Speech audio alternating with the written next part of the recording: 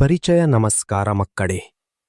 ಇಂದು ನಾವು ನಮ್ಮ ದೊಡ್ಡ ಸುಂದರವಾದ ಭೂಮಿಯ ಬಗ್ಗೆ ಕಲಿಯೋಣ. ಭೂಮಿಯ ಮೇಲ್ಮೈ ಎಲ್ಲೆಡೆ ಒಂದೇ ರೀತಿ ಇಲ್ಲ. ಇದು ಹಲವು ವಿಭಿನ್ನ ರೂಪಗಳನ್ನು ಮತ್ತು ಆಕಾರಗಳನ್ನು ಹೊಂದಿದೆ. ಇವುಗಳನ್ನು ನಾವು ಭೂಮಿಯ ಭೂಸ್ವರೂಪಗಳು ಎಂದು ಕರೆಯುತ್ತೇವೆ. ಭಾಗ 1. ಭೂಸ್ವರೂಪಗಳು. ನಮ್ಮ ಗ್ರಹದ ಪ್ರಮುಖ ಭೂರೂಪಗಳನ್ನು ಅನ್ವೇಷಿಸೋಣ. ಬೆಟ್ಟಗಳು, ಆಕಾಶದವರೆಗೆ ಎತ್ತಗಳು. ಆಕಾಶದವರೆಗೆ ಎತ್ತರವಾಗಿರುವ ಭೂಮಿಯನ್ನು ಕಲ್ಪಿಸಿಕೊಳ್ಳಿ. ಇವುಗಳನ್ನು ಬೆಟ್ಟಗಳು ಎಂದು ಕರೆಯಲಾಗುತ್ತದೆ. ಅವುಗಳು ಕಡಿದಾದ, ಇಳಿಜಾರು ಮತ್ತು ಚೂಪಾದ ತುದಿಗಳನ್ನು ಶಿಖರಗಳು ಎಂದು ಕರೆಯುತ್ತಾರೆ. ಮಹಾನ್ ಹಿಮಾಲಯ ಒಂದು ಪ್ರಸಿದ್ಧ ಪರ್ವತ ಶ್ರೇಣಿ. ಪ್ರಸ್ಥಭೂಮಿಗಳು.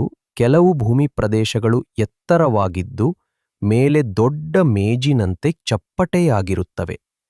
ಇವುಗಳನ್ನು ಪ್ರಸ್ಥಭೂಮಿಗಳು ಅಥವಾ ಮೇಲ್ನಾಡು ಎಂದು ಕರೆಯಲಾಗುತ್ತದೆ. ಮೈದಾನಗಳು. ದೊಡ್ಡದಾದ ಚಪ್ಪಟೆಯಾದ ಭೂಮಿ ಪ್ರದೇಶಗಳೂ ಇವೆ. ಇವುಗಳನ್ನು ಮೈದಾನಗಳು ಎಂದು ಕರೆಯಲಾಗುತ್ತದೆ. ಇಲ್ಲಿ ಮನೆಗಳನ್ನು ಕಟ್ಟುವುದು ಮತ್ತು ಆಹಾರವನ್ನು ಬೆಳೆಯುವುದು ಸುಲಭ. ಆದ್ದರಿಂದ ಅನೇಕ ಜನರು ಮೈದಾನಗಳಲ್ಲಿ ವಾಸಿಸುತ್ತಾರೆ. ಗಂಗಾ ಬಯಲಲು ವಿಶ್ವದ ಅತಿ ದೊಡ್ಡ ಮೈದಾನಗಳಲ್ಲಿ ಒಂದಾಗಿದೆ. ಮರುಭೂಮಿಗಳು. ಭೂಮಿಯ ಮೇಲಿನ ಕೆಲವು ಸ್ಥಳಗಳು ತುಂಬಾ ಒಣಗಿರುತ್ತವೆ ಮತ್ತು ಮರಳಿನಿಂದ ಆವೃತವಾಗಿರುತ್ತವೆ. ಈ ಬಿಸಿ ಮತ್ತು ಮರಳು ಭೂಮಿಯನ್ನು ಮರುಭೂಮಿಗಳು ಎಂದು ಕರೆಯಲಾಗುತ್ತದೆ. ಸಹಾರಾ ಬಹಳ ಪ್ರಸಿದ್ಧ ಮರುಭೂಮಿ. ದ್ವೀಪಗಳು. ಸುತ್ತಲೂ ನೀರು ಇರುವ ಭೂಮಿಯ ತುಂಡನ್ನು ನೀವು ಕಂಡುಕೊಂಡರೆ ಏನಾಗುತ್ತದೆ?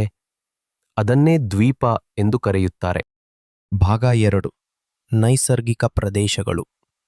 ನಮ್ಮ ಪ್ರಪಂಚವು ಎಷ್ಟು ಬಿಸಿ ಅಥವಾ ತಂಪಾಗಿದೆ ಎಂಬುದರ ಆಧಾರದ ಮೇಲೆ ವಿವಿಧ ವಲಯಗಳಾಗಿ ವಿಂಗಡಿಸಲಾಗಿದೆ.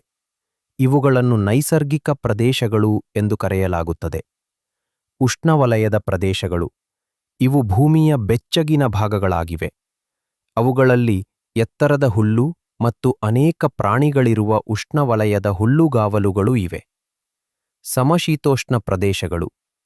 ಈ ಸ್ಥಳಗಳು ತುಂಬಾ ಬಿಸಿಯೂ ಅಲ್ಲ, ತುಂಬಾ ತಂಪಾಗಿಯೂ ಇಲ್ಲ. ಅವುಗಳಲ್ಲಿ ಪ್ರೈರಿಯಂತಹ ಸಮಶೀತೋಷ್ಣ ಹುಲ್ಲುಗಾವಲುಗಳು ಇವೆ. ಅವು ಸುಂದರವಾದ ಹುಲ್ಲಿನ ಮೈದಾನಗಳಾಗಿವೆ. ಶೀತ ಪ್ರದೇಶಗಳು.